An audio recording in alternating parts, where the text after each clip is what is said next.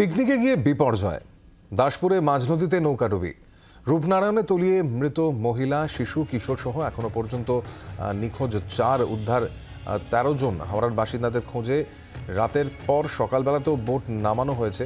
তল্লাশিতে নেমেছে এনডিআরএফ এবং সঙ্গে রয়েছে পুলিশও। 18 লোক নিখোঁজ ছিল, 18 লোকের ছিল বোটের মধ্যে। বোট ক্যাপসাইজ করেছে, ওর মধ্যে আমরা 13টা লোককে এখন পর্যন্ত রিকভার করতে পেরেছি। নিখোঁজ 5টা লোক নিখোঁজ আছে, 18-র মধ্যে 13টা রিকভার, রেস্কিউ। 5টা লোক এখনও নিখোঁজ আছে। আমরা এখান থেকেও চালিয়েছি, ওর ওইদিকে দাসপুর আছে, ওখান থেকেও আমরা পুরো কোঅর্ডিনেশন আমরা পাচ্ছি, কোঅপারেশন পাচ্ছি, ওখান থেকেও সার্চ অপারেশনটা চলছে। এখন পর্যন্ত খবর আছে কি একটা 17 বছরের মাইনর আর একটা 7 বছরের মাইনর, ওটা আমরা আর কনফার্ম করছি। 3টে ফ্যামিলি ছিল, তার মধ্যে আমার বাবা মা আর উঁচু শাহ বলে অমর ঘোষ, সুনন্দা ঘোষ আর উঁচু শাহ, 5টা মিসিং আছে। স্টিল 6টার সময় ঘটনা ঘটেছে, স্টিল 9টা। আমি 8টার সময় ঘটনা পেয়ে 40 মিনিট আমি বাগনান ঢুকিয়েছি। ডিজাস্টার টিম বা এখনও পর্যন্ত স্টিল আসেনি। আপনার পরিবারে কত? আমার পরিবারে 2 জন, অমর ঘোষ, সুনন্দা ঘোষ। কি হন আপনার? আমার বাবা আর মা, আমার ছেলে। আচ্ছা, এসপি ম্যাডামের সাথে কথা বলে কি বললেন? এসপি ম্যাডামের প্রশাসনের নর্মাল আশ্বাস, যেটা সবাই দিয়ে থাকে সেটাই আশ্বাসটুকুই পেয়েছি। ডিজাস্টার আসছে এইটুকুনি আশ্বাস। ঘটনা আমরা ওপারে ফিস্টি করতে গিয়েছিলাম, আসার সময় এবারে হঠাৎ করে দেখি জল উঠছে। মাঝিকে বলছে যেরকম জল উঠে যাচ্ছে, এবারে হট করে বলছে তো মাঝখানে এসে নৌকাটা ডুবে গেল।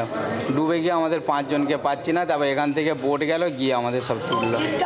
হ্যাঁ, চিৎকার করলাম, চিৎকার করতে তো বোট গিয়ে এখানে থেকে তুললো। আমার ছেলেকে পাচ্ছি না, আর একটা 5 বছর, আমার ছেলের বয়স 17 বছর, প্রীতম মান্না।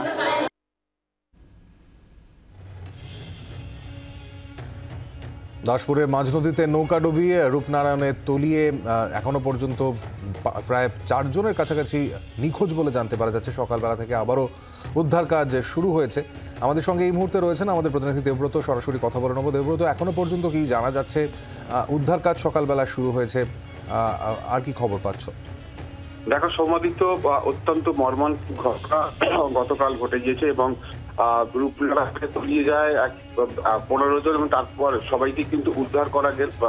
এর মধ্যে 9 জনকে উদ্ধার করা গেলেও এখনো পর্যন্ত যেটুকু আমরা জানতে পারছি যে আজকে সকালে একজনের মৃতদেহ উদ্ধার হয়েছে, যার নাম প্রশাসন সূত্রে জানা যাচ্ছে যে সুনন্দা ঘোষ।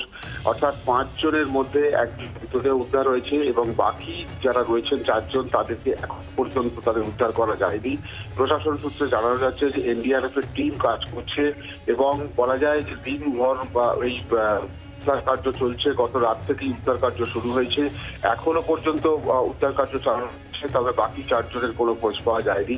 এরা যারা পিকনিক করতে গিয়েছিলেন তারা হাওড়ার বেলগাছিয়ার বাসিন্দা এবং বেলগাছিয়া এলাকায় স্বাভাবিকভাবেই উদ্বেগের ছায়া এবং প্রত্যেকেই আশা করে রয়েছেন যে বাকি যারা নিখোঁজ তাদেরকেও উদ্ধার করা যাবে।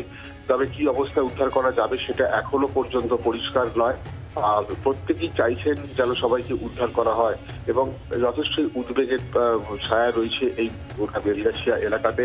এলাকার মানুষজন তারা যেটা দেখছেন যে খবর পাওয়ার সাথে সাথেই এখানকার পরিবারের অন্য সদস্যরা এবং এলাকার বেশ কয়েকজন মানুষ তারা গতকালই তারা সেখানে রওনা হয়ে গেছেন, অর্থাৎ ঘটনাস্থলের উদ্দেশ্যে তারা রওনা দিয়েছেন। বাক্সি এলাকায় তারা রয়েছেন এবং প্রশাসন তাদের সাথে সহযোগিতা করছে সব রকম। কিন্তু যে দুর্ঘটনা ঘটে গিয়েছে তা অত্যন্ত মর্মান্তিক এবং প্রত্যেকেই কিন্তু যারা গিয়েছিলেন সবই এখানকার আশেপাশে বেলগাছিয়া আশেপাশে পরিবারের সারা বাসিন্দা। তবে এই মুহূর্তে প্রশাসন সূত্রে আমরা জানতে পারছি যে পর্যন্ত জোর কদমে উদ্ধার কার্য চালানো হচ্ছে এবং বাকিদের সন্ধানও তল্লাশি চালানো হচ্ছে। সমাদিত্য, ধন্যবাদ তোমাকে দেবব্রত।